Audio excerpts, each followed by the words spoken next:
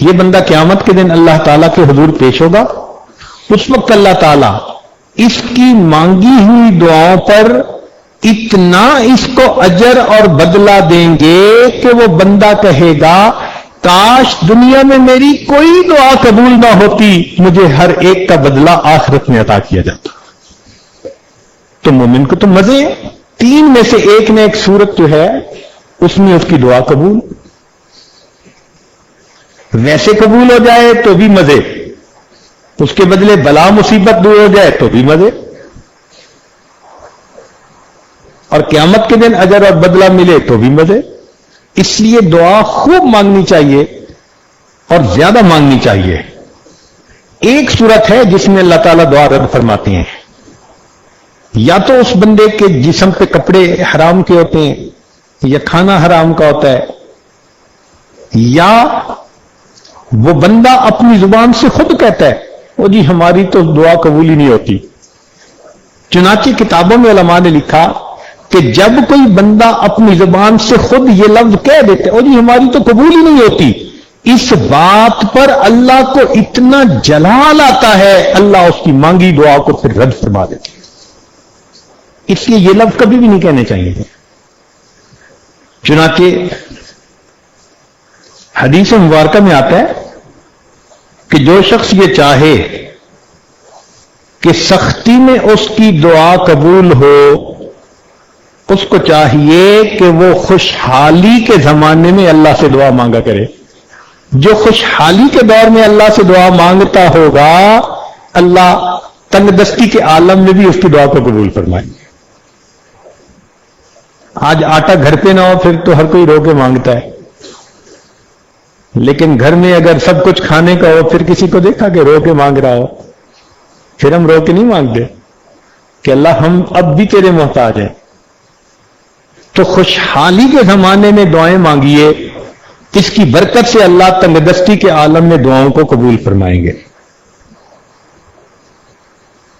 اب دعا کیسے مانگی جائے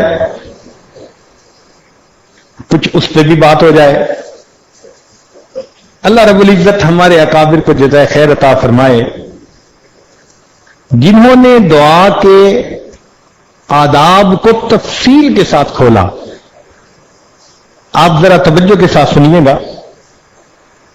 اس میں بعض رکن ہیں ان کے بغیر دعا ہی نہیں ہوتی, بعض شرائط ہیں, بعض چیزوں کے کرنے کا حکم دیا, بعض کو نہ کرنے کا حکم دیا.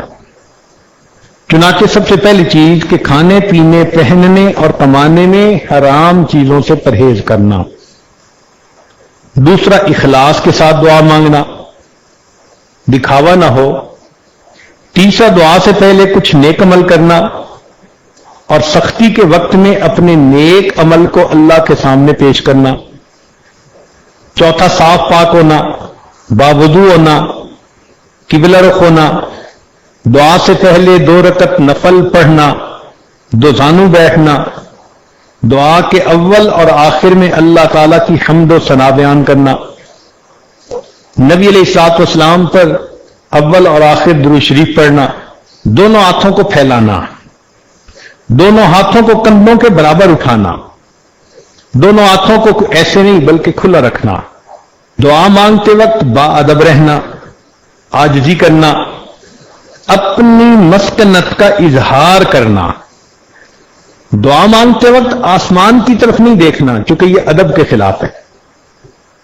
اللہ تعالیٰ کے اسمائے گرامی کا واسطہ دے کر دعا مانگنا, کافیہ بندی سے پرہیز کرنا, گانے کی طرز اختیار نہ کرنا, انبیاء کرام کے وسیلے سے دعا مانگنا, اللہ کے نیک بندوں کا واسطہ دے کر دعا مانگنا. چلا کے دعا نہیں مانگنی, مجمع ہو تو بھلے اونچی آواز میں مانگے مگر بہت چلا کے جو بات کی جاتی ہے وہ اذان نہیں دینی.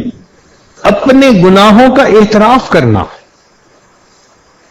جو صحیح احادیث میں دعائیں مروی ہیں نبی علیہ الصلوۃ والسلام سے, ان دعاؤں کو مانگنا اس لیے کہ وہ مقبول دعائیں ہیں.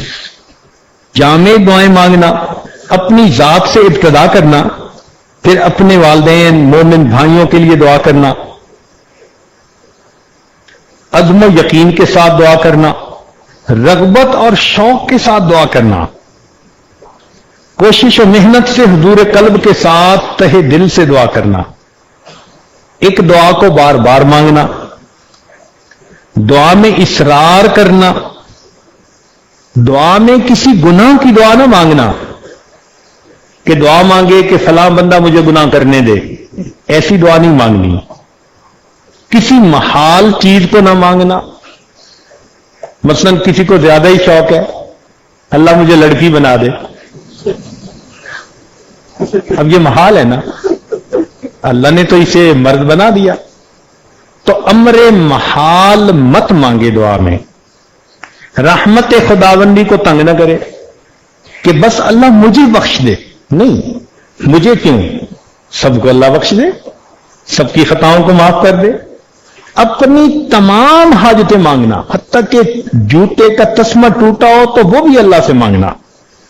دعا سے فارغ ہونے کے بعد اپنے منہ پہ دونوں ہاتھ پھیرنا، جو دعا سننے والے ہیں ان کا اخلاص کے ساتھ آمین کہتے رہنا۔ یہ احادیث کی کتابوں میں تمام فیصلے، تمام جو ہے وہ احادیث آ چکی۔ جلد بازی نہ کرے، اللہ آج ہی دعا قبول کرے۔ ان آداب کے ساتھ دعائیں مانگیں گے تو جلدی قبول ہوں گی۔ اب دعا کے قبول ہونے کے کچھ اوقات ہوتے ہیں، حدیث پاک میں آیا ان اوقات میں جلدی دعا قبول ہوتی ہے۔ مثلا شب قدر جیسے آج کی رات، یہ قبولیت دعا کی رات۔ عرفہ کا دن، حج کا دن، رمضان مبارک کے مہینے میں دعا قبول، شب جمعہ میں دعا قبول، جمعہ کے دن میں دعا قبول، آدھی رات کے وقت دعا قبول، پہلی تہائی رات میں دعا قبول، آخری تہائی رات میں دعا قبول، سحری کے وقت دعا قبول، ساعت جمعہ میں جب امام خطبے کے درمیان بیٹھتا ہے اس وقت مانگی ہوئی دعا قبول۔ اور سیدہ فاطمہ الزہرا عنہا کی روایت ہے کہ جمعے کے دن عصر اور مغرب کے درمیان مانگی ہوئی دعا قبول۔ پھر کچھ حالتیں ایسی ہیں کہ جن حالتوں میں دعائیں قبول ہوتی ہیں، مثلا جب نماز کے لیے اذان دی جائے تو جیسے ہی اذان شروع ہو نا اللہ اکبر، اگر دل میں سے کوئی دعا نکلے اللہ کے ہاں قبول ہو جاتی ہے۔ اذان اور اقامت کے درمیان دعا مانگے تو قبول، مصیبت زدہ شخص کی دعا قبول، میدان جہاد میں صف باندھے ہوئے ہوں تو دعا قبول، فرض نمازوں کے بعد دعا قبول، سجدے کی حالت میں دعا قبول، تلاوت قرآن مجید کے بعد دعا قبول، زمزم پیتے ہوئے دعا قبول، میت کے پاس حاضر ہوتے وقت دعا قبول، مرغ کی اذان سنے، آواز سنے، دعا قبول، بہت سارے مسلمانوں کا مجمع ہو دعا قبول، ذکر کی مجلسوں میں دعا قبول، جب امام فاتحہ ختم کرتا ہے تو ہم آمین کہتے ہیں اس وقت کی دعا قبول، میت کی آنکھ بند کرتے وقت کی دعا قبول، نماز کی اقامت جب کھڑی ہوتی ہے اس وقت دعا قبول، بارش ہوتے وقت دعا قبول، کعبہ پر جب پہلی نظر پڑے عمرے حج پہ جانے والوں کی تو ان کی دعا قبول۔ قرآن مجید میں سورہ انعام کے اندر 2 مرتبہ اللہ اللہ کا لفظ آیا، قریب، رسول اللہ، اللہ ہے، تو اس کے درمیان میں مانگی ہوئی دعا قبول۔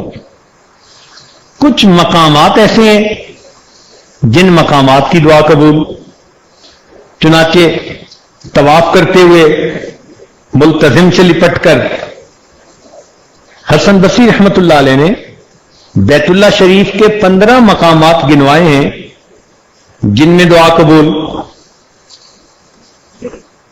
پھر کچھ اللہ کے بندے ایسے ہوتے ہیں کہ جن کی موجودگی میں دعا قبول، چنانچہ دکھی دل والا بندہ جہاں کہیں ہوگا اس کی موجودگی میں دعا قبول، مظلوم کی دعا قبول، اگرچہ مظلوم کافر ہی کیوں نہ ہو، والد کی دعا اولاد کے حق میں قبول، امام عادل کی دعا قبول، نیک بندے کی دعا قبول، جو اپنے والدین کے ساتھ حسن سلوک کرنے والا ہو اس کی دعا قبول، مسافر کی دعا قبول۔ اب مسافر تو یہاں بہت سارے ہیں۔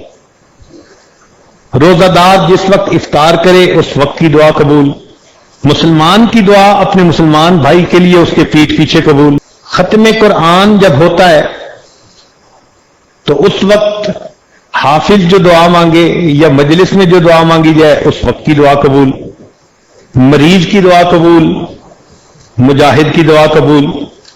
تو یہ وہ لوگ ہیں کہ جن کی دعائیں اللہ رب العزت قبول فرماتے ہیں۔